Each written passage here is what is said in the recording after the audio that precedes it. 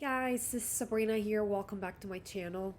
For today's video, I wanted to do something that has never done before on my channel. This is not what this channel is all about. I love skincare. I love beauty stuff. So, I love taking care of myself and everything. So I love to share my thoughts on different products and whatever I use and so on. But I wanted to make this video because when this happened to my son, if you can see from the title, the first thing I did was I was looking through online and YouTube to see testimonials, because most of the testimonies that I was hearing, out of the social media platforms, they were completely different cases. I could not resonate with them and what was happening with my son.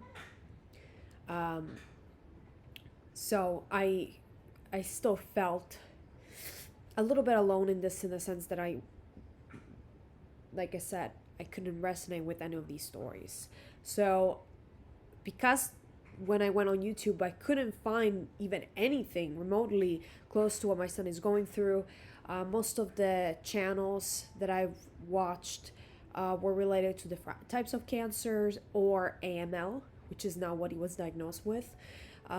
So I couldn't, like I said, I couldn't relate. And because of the lack of videos, I kind of thought of myself, once he's back home, I really want to do a video, and hopefully that will attract other individuals that maybe are not posting videos, but they have experienced what I'm going through, and they will comment under my video so that I can learn from them and learn about their experiences.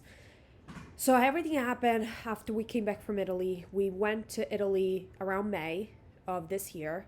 We stayed there for 2-3 weeks. Everything was fine. He had some accidents, a little there, like some falls and stuff. So he had some livids on the legs that were never going away, like some bruises. They were blue bruises, not purple. They did seem normal. They were not fading. So that was the only worrisome thing that I was looking at. I was noticing that he was getting a little weaker, but like I said, nothing remotely concerning. After we came back from Italy, I found out I was pregnant, so that the excitement of it all, I guess, pushed away the concerns with the bruises a couple of days. Then I decided, let me bring it to the pediatrician. And at that point, we all got sick after the trip. So we had a cold, the flu, and we all recovered from it, except him. He was getting a little bit of the cough that was still there. So now I had two concerns, the bruises and the cough that was not going away. So I brought it to the pediatrician. The pediatrician didn't find anything unusual, didn't anything worrying. He didn't have any fever, just the cough and needed a little bit more time to go away. They gave him syrup, Motrin, all that, and it did seem to go away a little bit, but it was still there. That was beginning of June. And then after that, I noticed he started limping, and that started when he started daycare. So I was questioning the daycare to see if there was any accidents. There wasn't. So I thought it was the livids that he had on his legs. So I brought him to the pediatrician again. She didn't find anything concerning again. No blood test, no nothing. He was very pale at that point too, but nothing rang a bell. So that's it. We left again. Then my mother came.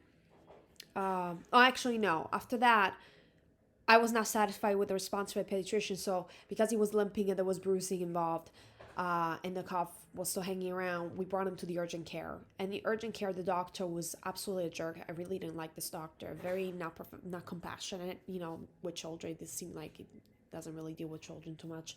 Anyway, he did diagnosed him with toxicinovitis, which is a hip infection that translates from pulmonary infection or something that's going on like a flu that kind of transfers down to the hip. And he kind of associated the limping with that, and he didn't find the bruising alarming. And that's it. Then after that, my mother came on the 28th of June, and she looked at me. I said, listen, this kid, there's not something wrong with him, because when, he's walking more slowly, he's pale, he looks weak, and yeah, he doesn't look well. There's something wrong with him. She kind of like reawakened my concerns. So after that, I didn't sleep all night because I found out there was some weird bruises that were multiplying. One bruise over here that was purple. It was like little dots, some little dots over here, like in places where you would think, where is he getting these bruises from? So at that point I said, you know what?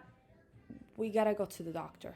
And my mom said, we're going to the urgent care again. And I said, no, we're going to the ER because something is going on here. The worst that I was thinking was anemia. I thought it was anemia. That's what I thought. Or some type of blood disorder, but anemia, that was the max where my head was going. So when I brought him to the ER, the doctor said, we're going to run some tests, see what's going on. And then we'll see. He had a little fever, so they gave him Motrin. And then we were waiting for the blood results. Then the doctor came and he said, Mom, I need to speak to you alone. I don't want to speak in front of children.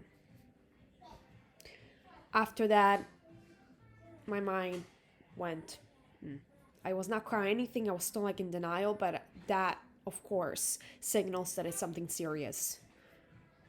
So after that, he put me in a room and he said, there's no right way to say it, Mom, but your son has leukemia. I was in a state of shock. I knew nothing of leukemia. I knew that it was deadly, and that was enough for me to hear. I didn't know of any cure, I knew nothing of the research that has been done and all the improvements in science and medicine regarding this particular disease in children specifically. I just didn't know anything about it. I knew, like in movies, it's deadly. It goes everywhere. And it's over. And the first thing that came out of my mouth was, God is giving me a child, a second child, another child, which is referring to the one I'm pregnant with, and then is taking away my other child, my first child. That's the first thing I said. I remember it. It's the first thing I said. He said, oh, you're pregnant. And I said, yes. Everything's gonna be fine. We can cure him. I never lost a patient, a child with leukemia, never. We're gonna cure him. And this doctor was not an oncologist, but I guess he kind of referred to the doctors there, that they never lost a patient with leukemia. Anyway. So he was diagnosed with leukemia. We didn't know the type.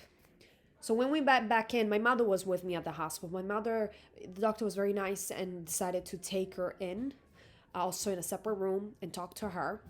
And she also was in a state of shock, but she wasn't crying because I was in a state of shock and kind of crying. And she was trying to be strong for me, holding the baby, making sure they were doing more tests. Because when the doctor came in, also the nurses came in and said, we have to run more blood tests. And when they said that, me and my mom looked at each other. That means they found something serious. Because why would you run more tests if that was going to be the one to tell that it was not, serious? Once all the tests were done and he was being referred to do an x-ray and all of that, the oncologist, the leader of the oncologists, the one that diagnosed him and looked at the blood test, came in the room, held my hand. He drew a picture for the baby to calm down before taking him away to do an x-ray. That was before they took him in. Let me tell you, the way it was so fast. It was crazy. In all of this, my husband was informed kind of in between by the time I was told and the time the doctor came. Because doctor, when he came, my husband then came in and, walked in and he re-explained things again to him in front of him.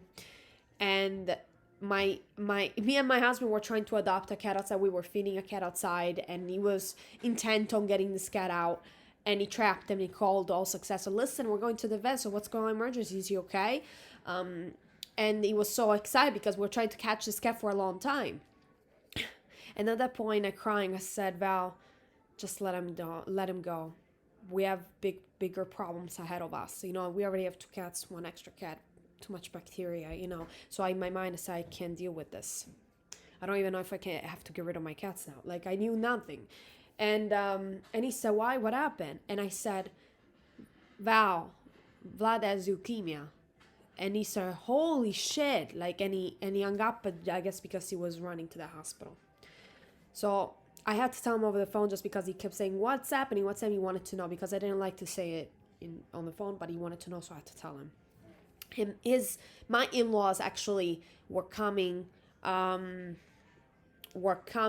back from Massachusetts because it's so strange because everyone was coming to visit at the time we found out. My in-laws, my mother was coming to visit from Italy. So it's kind of everyone came for before this tragedy happened, then this tragedy hit, so everyone was coming together.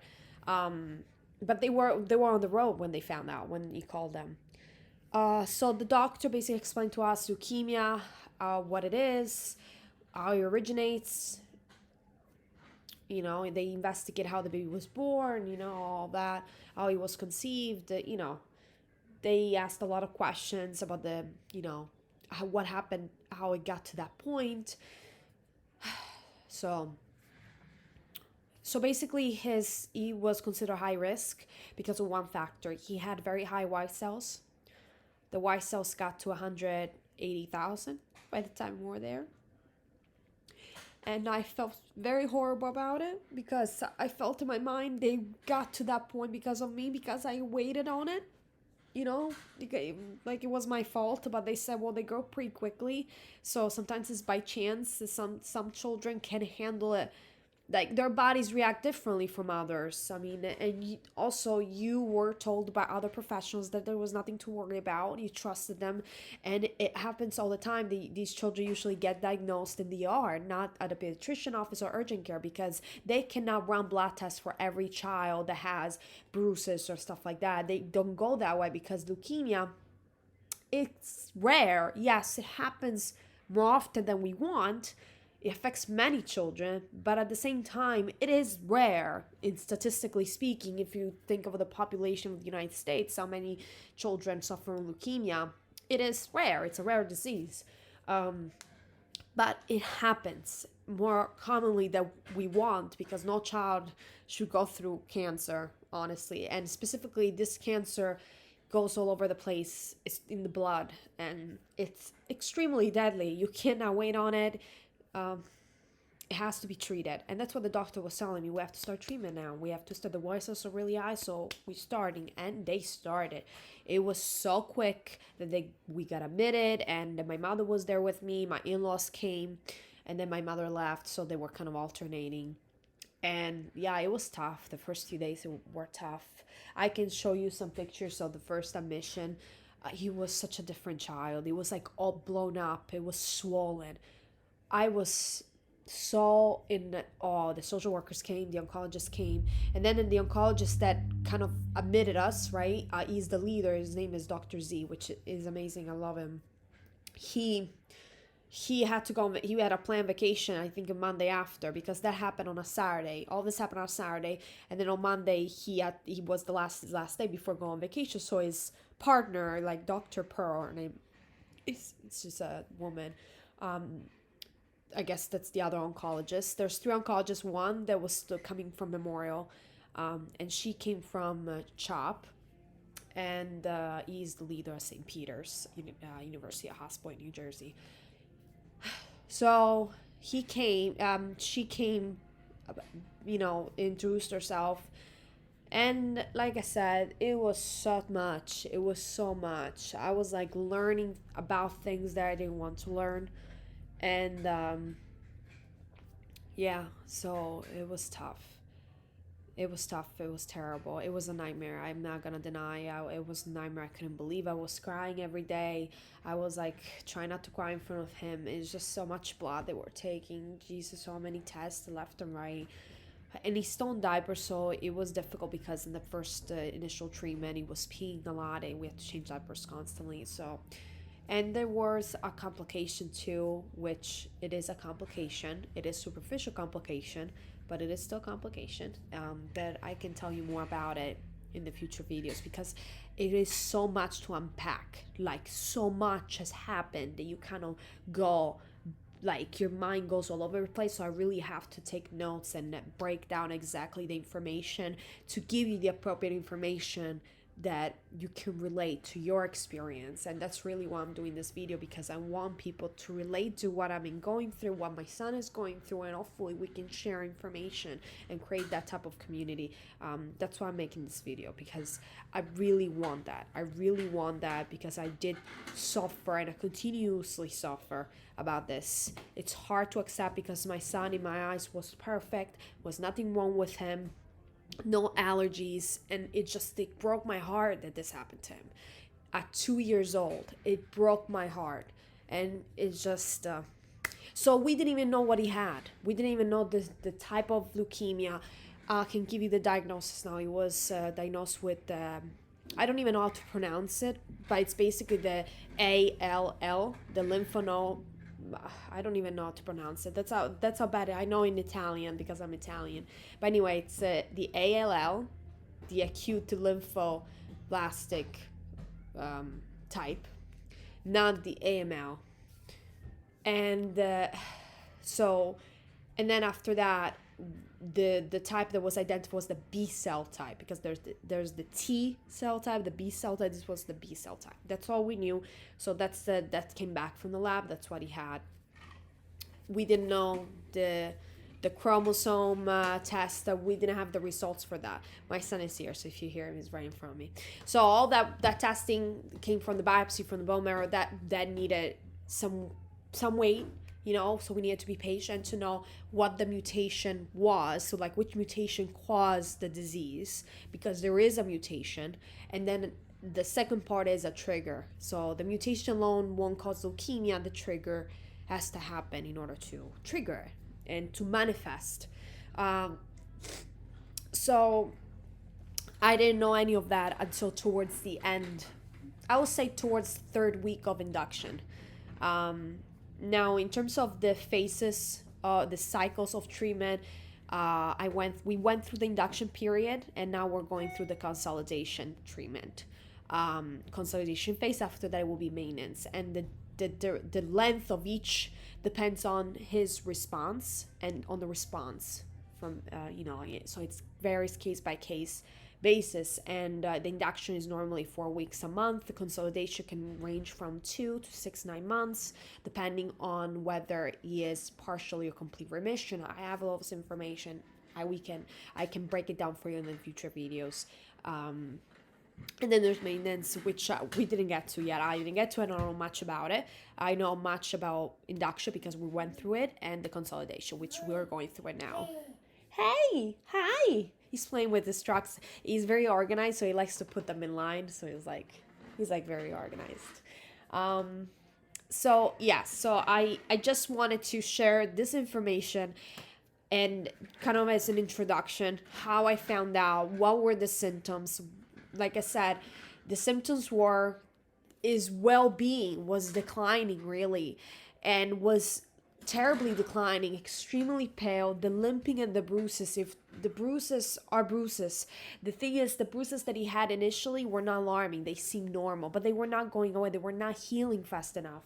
But the bruises that really caught my eye were the purple ones. So were like purple dots, almost like blood stains. Also in areas that you would think, how the hell did he get hit or get injured in that area? Like here, inside over here, like in these places, where would you get these injuries from unless someone hits you there specifically? But it's just in a daycare. That doesn't happen. And there was nothing suggesting that it did happen. So I really, especially because they were purple, I'd never seen bruises like that. Purple, like dark purple. I've never seen them like that.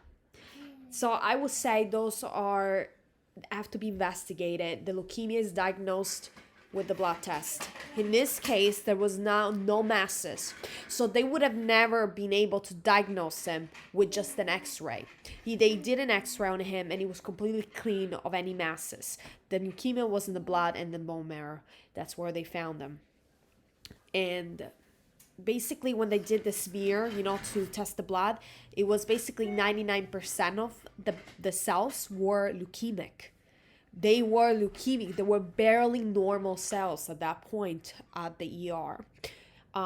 When they did the test on his spine, which I'm going to speak more in depth later, They did the biopsy, I guess, to verify whether it was still in the bone marrow. I mean, if it was already in the bone marrow and not anywhere else in the spine, because if it is in the spine, that means it is in the brain. So they didn't find anything. It was negative, which is relief, because if the leukemic cells are already in near the organ, like already affecting the organs, lungs, heart, liver, testicles, the brain, like if they're already going around the organs, the treatment, it will be more aggressive and it is more complicated, because of course already they're causing issues, that they're already in areas that where they shouldn't be. It's already enough to know that it's in the blood that circulates everywhere, but knowing that it is in the organs, it's already attacking the organs and creating masses, that creates a different level of emergency and intensity of treatment. And I wouldn't be able to explain what it would have been if it wasn't that situation. I can only tell you, I know that there would have been more taps, like, injections of chemo into his spine if he had something in his spine. Now they're more for prevention purposes. But yes, in his case, lucky enough, he didn't have any masses, nothing in his brain or in the spine, nothing in his testicles, and all that. So that was a relief, obviously. But leukemia usually, if it doesn't get to that stage, usually doesn't attack the brain. First of all, usually doesn't start there. It can lead there. It can go there if it's not treated or prevented, but usually it doesn't start from there. It starts from the bone marrow, obviously. So. Anyway, so I just wanted to share this with you, just for people to hear my story, my son's story. It was very tough and traumatic, and there's so much that has happened from then and during the induction period. So he's okay. If you guys are interested in learning a little bit more about his situation and what his experience throughout the induction period, I can go over the induction period a little bit more in depth on my next video. I just wanted to give a brief introduction on what was happening and the symptoms and how I found out what happened, and and all of that. And I pray for all children that are going through this, because it is terrible, and pray for the parents and for the families, because it is traumatic. So I gotta go now. I'll see you guys next time. Bye.